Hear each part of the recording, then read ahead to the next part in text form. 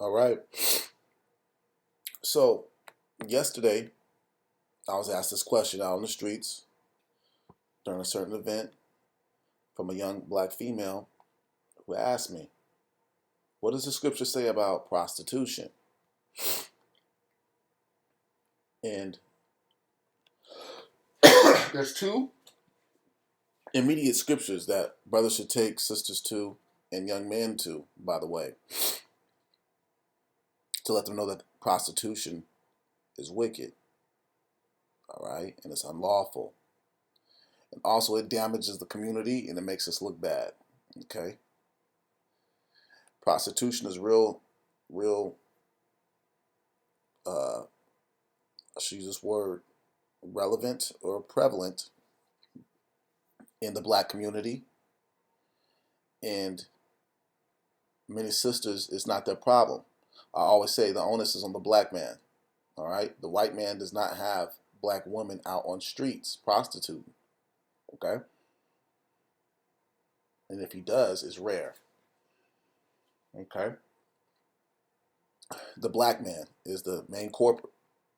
He's the main man that has his own sisters out here on the streets, and it has a lot to do with him and his upbringing and what's going on between his parents and how he was taught as a child. That's why the scripture says, raise up the child the way he should go, and he will not depart. So you have to let the young man know about the scriptures in its entirety, not Christianity, but the truth. Okay? And when you take a culture away from a young black man and you take the father away, and he has a real cruel, churlish mother, he will begin to develop a cult of personality of how he hates black women. So therefore, if you have no guide, you have no leader, you have no head, and you're seeing all these men running around in your neighborhood flashing their money because they're drug dealers and they're pimps making money, well, that would be glorified. So therefore, it leaves that man to think, hey, I want to grow up and I'm going to be a pimp. Okay? And it doesn't help that you have this crazy music today in this era that promotes that as well. All right? So the first scripture I like to go to is Leviticus 19 and 29. Do not prostitute thy daughter. Okay? Do not prostitute thy daughter to cause her to be a whore, lest the land fall to whoredom and the land become full of wickedness. Now, I was talking to you as a man. Do not prostitute thy daughter. Okay? And some people, and some men have done this, even to their own sons. All right? They have caused their daughter to be a prostitute to make money. How can you do this without even selling her body and without her opening her legs or involved in sexual activity? You can have her be in cheer competitions, beauty pageants. Okay, you got this girl wearing all kind of sluttyish, uh, basically unlawful clothing. Okay, we know in the scriptures that a woman is not supposed to be wearing shorts at all. She's not supposed to be wearing pants at all. Okay? Better yet, little short shorts, skin tight shorts that come up to her crotch. Okay? Where you can see everything up in there. All right? And this will allow all kind of spirits to come up through men who conveniently are helping your daughter do back flips and all kind of stuff. And a lot of times they're effeminate, but you got grown men there watching. You don't know what kind of spirit you are uh, that are coming up out of that person. Okay, a lot of women be putting their daughters in these competitions, and it's not profitable at all. Okay, you want your daughter to be a cheerleader, it's not profitable. It came out in the story that the Washington Redskins were pimping out their cheerleaders in Costa Rica. Okay, and they took their passports to where they couldn't fly back. All right, a lot of those women are making $13 an hour, $10 an hour being a cheerleader. Okay, that's a grown woman, and she wants attention. She wants to dance with pom poms and all that kind of stuff. It goes back to the ancient days, but we're not going to get into that. But it goes back to the ancient days. You're there to keep the morale of that athlete up. That's why you're cheering him on. And how much more? What else could a woman do to keep a man's morale up? Lay down with him, be his, you know, be his little sex toy. All right. That's why you're going on the road, traveling. You got enough women to go around on that cheerleading team to keep those men happy. All right. So you have to watch your daughter. All right. I'm gonna go into another scripture. Should have had it up already.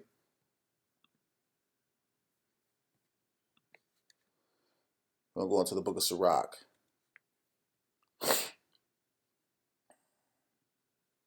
which is wisdom of Jesus, son of Sirach. I'm going to chapter 7.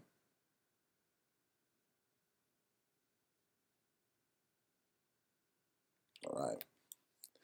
We're gonna start at verse 24. You know what? I'm gonna start at verse 23. It says, "Has thou children?" That's a question. Instruct them. All right. So he's saying, if you have children, you need to instruct them from their youth. All right, black man. I'm directing this towards you. I can't speak for the white man, so-called Caucasian man. All right. I'm speaking to my community. I don't. I'm speaking to my community. They're the ones at the bottom. That's why we're always, begging and begging for the government to help us out, but we have the power to change within ourselves. So, black man, you have to stay with the, choose wisely who you deal with, who you're going to make a baby with, and instruct your daughters. Okay, instruct your sons. Okay, has thou children, instruct them and bow down their neck from their youth. So you got to constantly be on them. All right, you got to constantly be on your kids, instructing them. Next verse, has thou daughters, have a care of their body, and show not thyself cheerful toward them. All right, you don't get lenient with your daughter. You got to be, you got to show her love, but you don't show her no leniency to where you let no wavering. You got to be firm with her. Got to constantly have an eye on her, and the connection between you and your wife. That you guys got to be on the same page. The wife has to show respect towards you as you being the head. All right. If you're the head, and the daughter knows that there's no way that there can be a split in between the parents, then she knows she's not going to be able to get around or get over on another parent or turn parents against each other. All right. So it's very important that you and your wife, who you have kids with, have that connection. You guys are on the same page. All right. So you guys can therefore complement each other. And you also got to put time into that daughter and time into your son, that you want to spend time with them, that you're so enjoyable that they don't want to go find joy somewhere else. That they'll think twice before leaving and say, oh, you know what? I love my dad and I want to spend time with him. I love my mom and I want to spend time with her. Okay, that's how it should be. They love family time. So when they grow up, that strong family ties can be embedded in them, instilled in them, to the point that they're rehearsing the same acts that you laid the foundation for since the beginning. All right. Marry thy daughter. So now, when it says marry thy daughter, it's not talking about you marrying her personally. It's talking about you giving her to another man. All right. And so shall thou have performed a weighty matter. Meaning what? What is a weighty matter? It's a heavy situation. It's a heavy choice. It's real important. Why does it say marry thy daughter? Because at the end it says right here, but give her to a man of understanding, which really means give her to a man that has wisdom, that has knowledge. All right, that's why it's really important. A lot of these girls are having sex with men, and what's going on is that they're bringing them home to the father, and basically, hey, this is Tony. Yeah, this is my boyfriend. She done had sex with him and did all kind of sexual acts and deeds with him 20 times. Okay? And lo and behold, she's 3 months pregnant. Oh, by the way, Dad, I'm pregnant, and she's living in your house. Scriptures talk about that. All right, but I wanted to go to the scripture because it says what? Has our daughters have a care for their body. All right, have a care for their body. You have a care for their body. You will what? You will make sure. Hey, I'm marrying you off. I'm choosing your husband. If that still applied to this day, there will be less whoredom in Israel. All right, way less whoredom in Israel. So going back, I want to go back into a law, the so-called law. This is Torah. All right, the whole book, the whole Bible is law. But that's another story. And I want to go to Deuteronomy 23.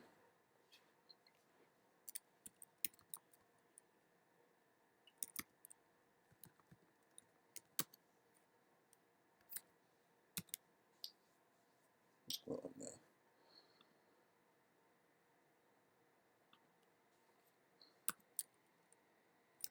All right. That's good.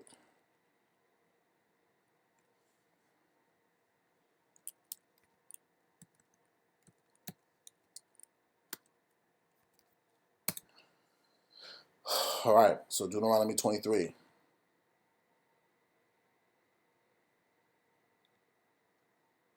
verse 17. It says, "There shall be no whore of the daughters of Israel, nor a sodomite of the sons of Israel." Okay? So there should be no whore in what? In Israel, in our nation, at all. Okay? No whores at all. And it says a harlot and a female temple prostitute, because back then there was women that were going into the temples and having sex and stuff like that with certain priests, which is real wickedness. But there should be no whore, no harlot. Okay? No harlot in the nation of Israel. All right? So why should there be no harlot? Because guess what? It will be the harlots and the whores will teach other women, younger girls coming up, to do the same thing. But now today there's a huge problem. Okay, we have no culture. Like I've always said, we have no culture. And men glorify that. And that's why I'm going to go into a whole other video, which is going to be it's going to be called titled "Making of a Pimp," because we got to understand the psychology of why black men pimp their own kind and own women. Now, is it right for you to pimp other people's women? No. Should I go pimp a Chinese women? No, you shouldn't. You shouldn't pimp nobody's women. Okay, you shouldn't pimp nobody's daughter of any kind of race. All right. So that's how you should think. You should not let. You should when you see your sister in the whoredom, you need to speak and talk with them. They need somebody to talk to, because when they get down to that level, that low down, dirty, low estate level of being a whore and not having a care for their own body, they're allowing themselves to be bewitched and manipulated, low self-esteem, think that nobody loves them. And ultimately, that's not right. Okay? Ultimately, that's not right. So, you know, brothers, we got to remember that those scriptures are very true, very important. That our women should not be. There should be no prostitutes out of our nation. It does not help bringing up a son or a daughter who has a mother that's into that, and it's unhealthy. A lot of child molestation happens, which makes girls want to do that, and it's a repeated cycle. That demon stays around and gets your other child molested. So you got to snap out of that. You got to come to help. When you see us brothers on the street handing out flyers, sisters, you got to come and be attentive and listen to what's going on. Brothers, you have to break down the word for them and what's going on. Okay? I want to also go to another scripture in Proverbs.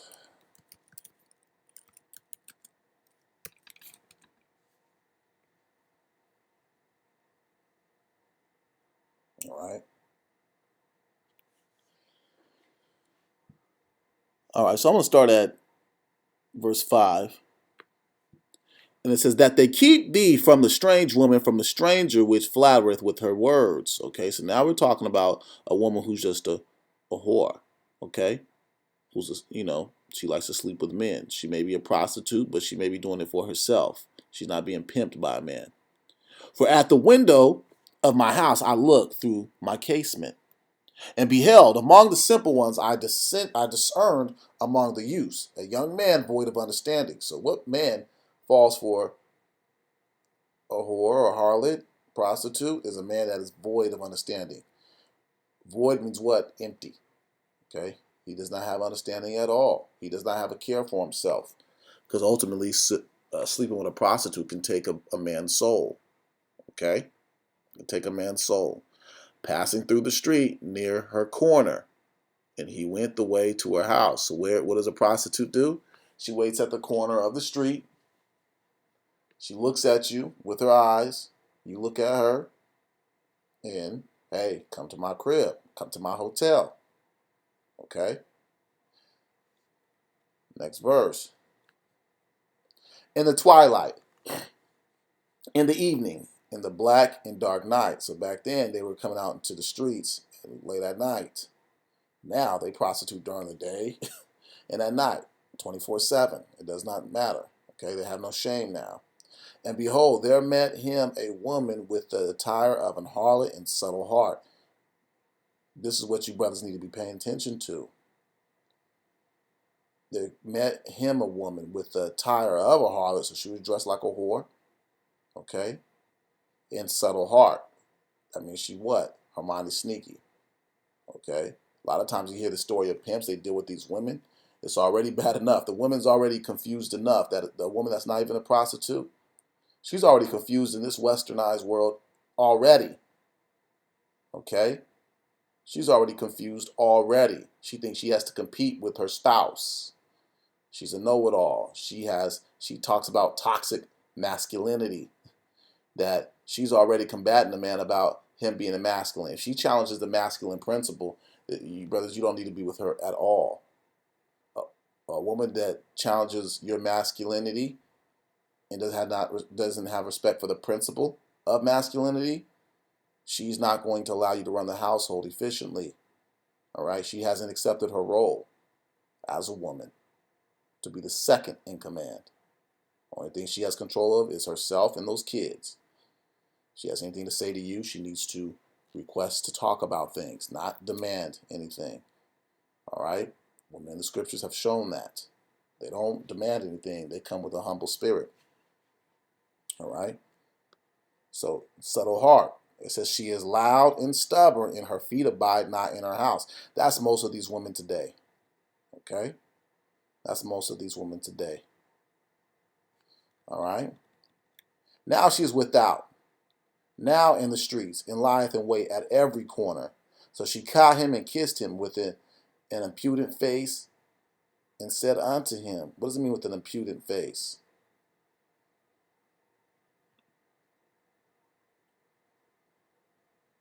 To make firm. Okay? With an impudent face. She was bold. All right? Self-willed, bold, didn't have no shame, and said, I have peace offerings with him. That means she's forcing herself on him. Okay? She was seducing him tough. Okay? This day have I paid my vows. Therefore came I forth to meet thee diligently, to seek thy face, and I have found thee. I have decked my bed with coverings of tapestry, with carved works, and with fine linen. So she's making this place to where you want to be. All right? It's seduction. Okay? She got the spot looking nice. I have perfumed my bed with myrrh, aloes, and cinnamon. So she's got all the right senses, frankincense, incense from all the nice herbs of the land. Cinnamon has that sweet, sweet smell. Myrrh is meant to heal the body. Aloes, come from aloe vera, meant to heal the body. She got all that around her bed. I mean, she's pure. She's smelling good. Okay, it's like putting on lotion today, smelling good with all those herbs in it. Come, let us Take our fill of love until the morning. Let us solace ourselves with loves. For the good man is not at home. He is going a long journey. So a lot of these women have men, brothers. Okay? A lot of these women have men. Okay? So she's indulging in what? Adultery. All right? All right? So when you jump down, it says, with much fair speech, beautiful speech. That's what fair means. Seduction of words. She caused him to yield. When he yielded, he gave up. All right? He gave up. With the flattering of the lips, she forced him. See that? The flatterings of the lips, she forced him. He goeth after her straightway as an ox goeth to slaughter. So you just like an ox that does not know where you're going, and you become what? You get slaughtered. So if you want to know if prostitution is good, this is from another angle you can look at it, sis and brothers. What you're doing is not good. You're leading that man to death. And the onus is basically on him. If the black man does not prostitute his sister, his daughter, any woman he knows, then therefore you heal the community. All right? You heal brothers to love and respect the woman and to have the woman in her proper place. Her proper place is to compliment you, and you compliment her. All right? Put everything in divine order. All right? Or as a fool to the correction of the stocks, till a dart strike through his liver, and a bird hasteth to the snare, and knoweth not that his life, that it is for his life. Okay? All right, let me jump down to here, to 26. For she hath cast down many wounded, yea, many strong men have been slain by her. Her house is the way to hell. Go down to the what? Chambers of death. So when you're dealing with a woman that's a whore, or who is committing adultery on her husband, you're going down to hell, which means basically to the grave. That's why it says going down to the chambers of death. Basically, it's a nice room of death. A chamber is a room. Okay? Imagine you going to the hotel or a room or your own home and has death. It's just the title over the door. You ain't going in there. All right? So ultimately, brothers and sisters, whoredom, prostitution, adultery leads you to death. Both ways. Okay? Both people that indulge in that foolishness will be put to death. All right? Prostitution is not good. It's just a sign of that you have a rough childhood and you have no understanding, and that you really need help. Okay? That you really need help. You're putting all factors, everything, that child that you have in danger. Okay? Your body in danger. Okay? That's why there's sexual transmitted diseases. It's not good. If we go back to Sirach, chapter 9. Okay, what does it tell you? Meet not with a harlot, lest thou fall into her snare. See that? A snare is a trap. Okay? When you jump down to verse 6, it says, give not thy soul unto harlots, that thou lose not thine inheritance. So what would you lose? Remember, it tells you that you'll go down to what? Hell? To the chambers of death? The inheritance that you'll lose is basically your ticket to get into the kingdom. All right? It says, look not around the streets, not round about in the streets of the city, neither wander thou in the solitary place thereof. So you don't need to go to them dark, remote, secret places where that girl is hiding at. All right? Why isn't that woman at home in bed? Okay? Why can't you meet her at a grocery store, exchange phone numbers, start going over scriptures, prove her, then marry her? Or better yet, take around your mom and your father. Mom, what do you think? Father, what do you think? You don't have those two? You take around older brothers with wisdom, older women with wisdom. There's always a way out. There's people that you do know that can impart on you some good wisdom. Always. Always. The Most High does not ever leave an exit door for you. He tells you that. All right? He always gives you a way out of temptation. Read 1 Corinthians 10, I believe. All right? So it says, turn away thy eye from a beautiful woman and look not upon another's beauty. For many have been deceived of the beauty of a woman. For herewith love is kindled as a fire. Why is it kindled as a fire? Because that's destruction that's going to come. Sit not all with another man's wife. A prostitute always belongs to another man. That's why she has a pimp. Okay? That's his whore. Okay? Nor sit down with her in thine arms. And spend not thy money with her at the wine. Why? Because when you drink a lot of wine, you lose your soul. You're not soberly minded no more. Therefore, you cannot discern and make the right judgment call.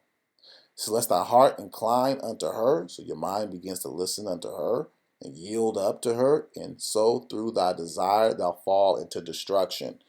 Basically through your lust. Okay? Basically through your lust. So we have to be careful. Okay? We have to be careful. So brothers, you got to have good judgment.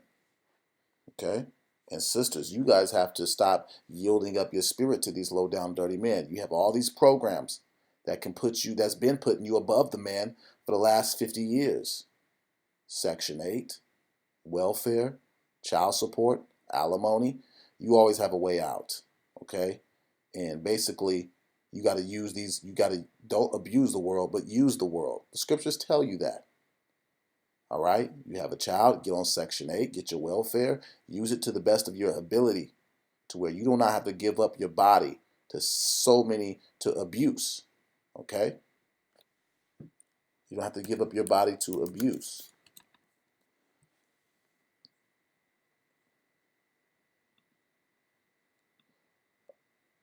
All right? So, let me go to the scripture.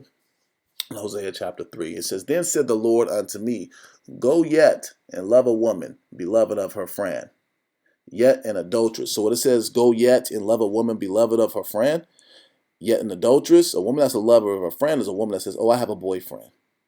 Okay? If she's not calling him her husband, basically what these women think nowadays is that they can have a boyfriend, break up with him, give it another man, break up with him, give another, test the waters, enjoy life, live liberally, live in pleasure. And all you're doing is being an adulteress, and basically you're marked. All right? There's nothing sweet, nothing good coming to you.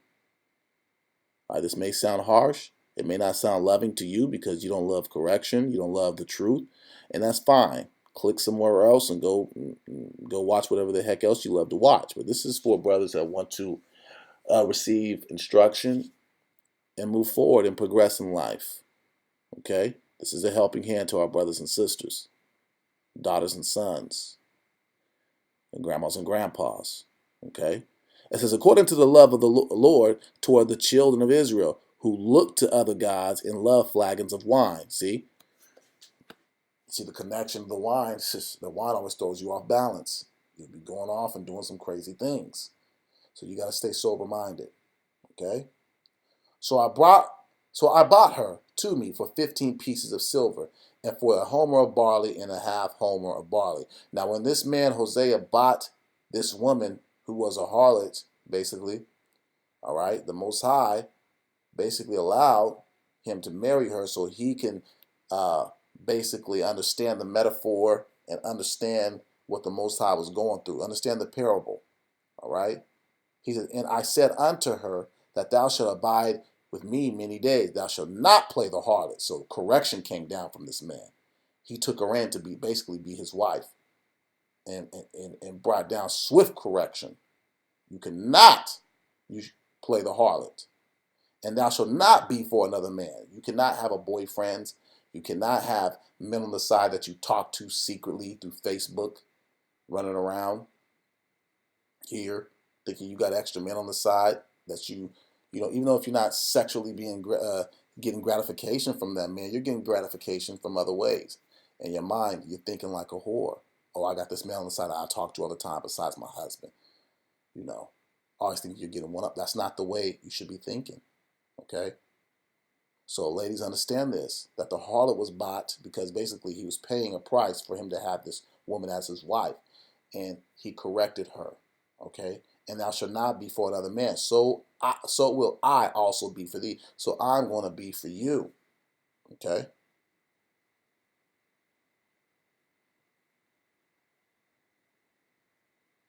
Okay? So we cannot have this idea that that, that prostitution is a good thing. It's not. Okay? Those are goods. That money that you're getting is temporarily, and scriptures call it goods unjustly gotten. All right? Goods unjustly gotten. Go to this last scripture, and it's about Dinah, the sister of the 10 or 11 tribes at that time, maybe 10 tribes at that time. No, I think about 11 tribes at that time. Okay, maybe 12 tribes at that time. Don't I gotta really go back into it, but basically, she met a man named Shechem out there. She went, had sex with him, came back. He wanted to get married, and basically, um, the brothers was mad. Okay, okay. Brothers was mad. And so basically Simeon and Levi tricked him. All right. So basically tricked all the men and they slain them. And basically Pops was mad. So we're going to read this verse in Genesis 34 and 30. It says, And Jacob said to Simeon and Levi, Ye have troubled me to make me stink among the inhabitants of the land, among the Canaanites and the Perizzites. And I, being few in number, they shall gather themselves together against me and slay me, and I shall be destroyed, and I in my house. So Jacob thought that the Hamites, all right, the Canaanites, was going to come back and kill him because of what his two sons did. Okay, the two sons did not have respect for the Canaanites, for the Hamites. They did not want their sister dealing with them. And they said, who's the they? The brothers. Should he deal with our sister as with an harlot? See? See the respect brothers have for their own kinship, their own sisters. And the reason why I'm pulling the scriptures because this is how you should treat your sister, which is your wife, which is other women that are out there. You should treat them as your sister, as if you grew up in the same household with them. You should have them, you should respect them to that degree. All right, brothers? So for you sisters out there, I'm going to make a second video, and we're going to get into the psychology of a man and why he becomes a pimp. All right? With that, I hope this helps you out. I hope you have a respect of your body, of your temple, and that you can progress. The Most High is dealing with you. The Most High could give you a job. It's nothing to the Most High to make a person from a low estate to become wealthy. Okay? And wealth does not always consist of you having a mansion and all the things of the world. Wealth is you having a healthy body, healthy kids, a roof over your head, and food in the refrigerator. All right? And a way to get to work the next day. Doesn't matter if it's a city bus or you're walking, a way to get to work so you can keep providing for that child. All right? So stay strong out there, Israel. Shalom.